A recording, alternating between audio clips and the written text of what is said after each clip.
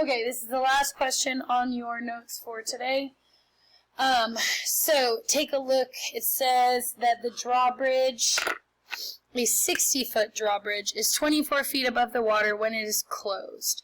So that means that this distance is 24 feet. Okay, it also tells me that the drawbridge is 60 feet.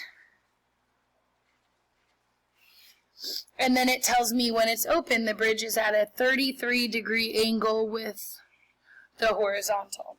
Now, one important detail here is that when I am doing this question, this shape, if I were to highlight all of it, that is not a triangle. And I can't do trig if it's not a triangle.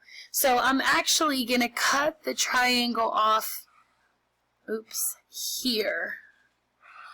Okay, and then this is the triangle that I'm going to use. The reason why is if I include the other extra two sides, then at that point it's a trapezoid, and you can't do trig on that shape. So from here, I'm going to create my own little triangle, just like that. Then it says, how high is the tip above the water? So I want to know how long this side is. I'm going to put an A there to represent how long that is. So that means that I need to use my 33-degree angle. I need to use this side, and I need to use this side.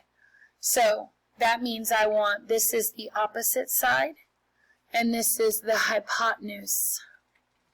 Now, this side down here is adjacent. I don't know that link, so I'm not going to include that. Well, then if I want opposite and hypotenuse, then I want sine. So the sine of 33 degrees is the opposite A over the hypotenuse, 60. Use my calculator to find sine of 33. Sine of 33 comes out to be 0.5446, which rounds to 0.545.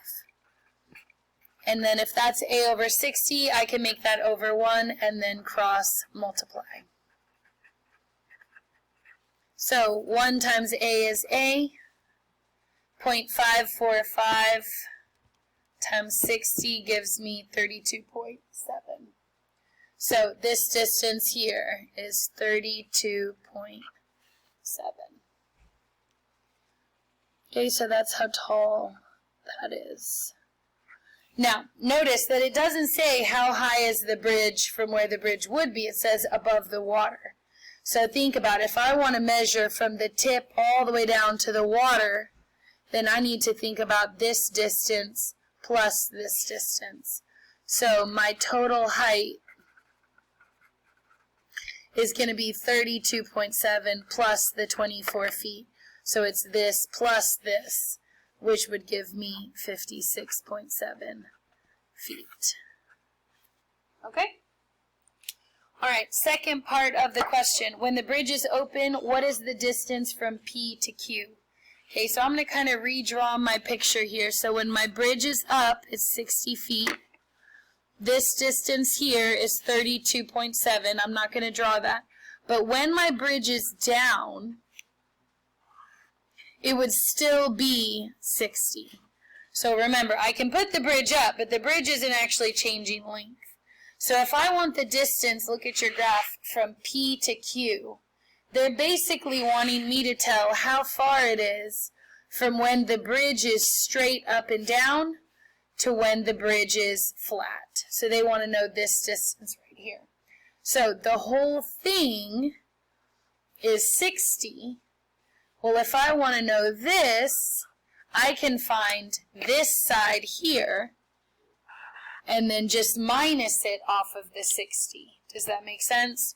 So when my bridge is up, it's 60. When my bridge is down, it's 60. But when it's up, I want to know how long this side is right here.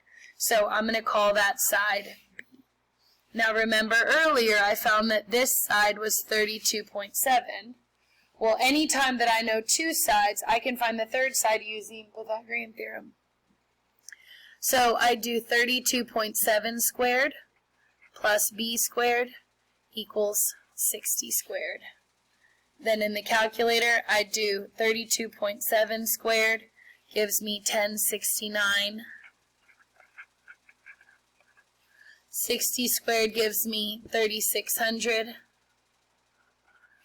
Then I would subtract my 1069 across in the calculator. That gives me b squared equals 2530.71. And then if I square root that value, that'll tell me this distance across the base.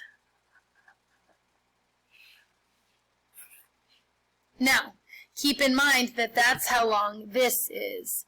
So this right here is 50.306. So if this is 50, but the whole thing is 60, then to find what's left over, I need to do 60 minus the 50.306. And that will tell me how long this little green section of my graph is from when the bridge is up to when the bridge is down. So my pink is the 50.306. My total thing is 60. Then this is what's left over. So I'll do 60 minus 50.306. And that gives me 9.694 feet. Okay? All right, so the last thing that I want to do with you just real quick is take a look at your homework. This is still the homework from yesterday.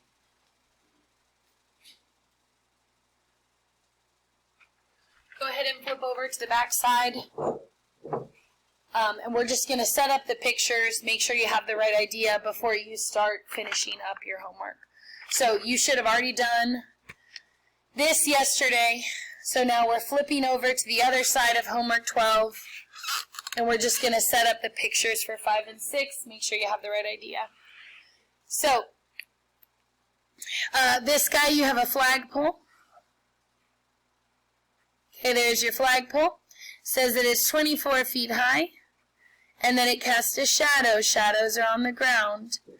And it says that the shadow is 15 feet long. Then it says, what is the angle of elevation of the sun? Well, then I need to count from the tip of my shadow up. We'll say my sun is up here. And that is my theta. And then it says, find the angle of elevation, so you're trying to solve for this. Second question, number 6, says your plane takes off at 5.4. And I may have set this one up with y'all yesterday, but I don't remember. So if I did, you can just cut this off. Okay, but my plane is taking off, and it says it's at an angle of 5.4 degrees. So that would go here. Then it says it's traveled 1 mile along its flight path. How high is the feet? How high in feet is the plane? That would be this side here. So there's your triangle. And then from there, it says that it's gone a mile in its flight path. That's this side, because this is the side the plane is flying on. And I'm going to label it in feet. It says 1 mile is 5280 feet. And I want to know that side. Okay? Double check that your calculator's in degree mode. You have the rest of class to finish. Good luck. See you soon.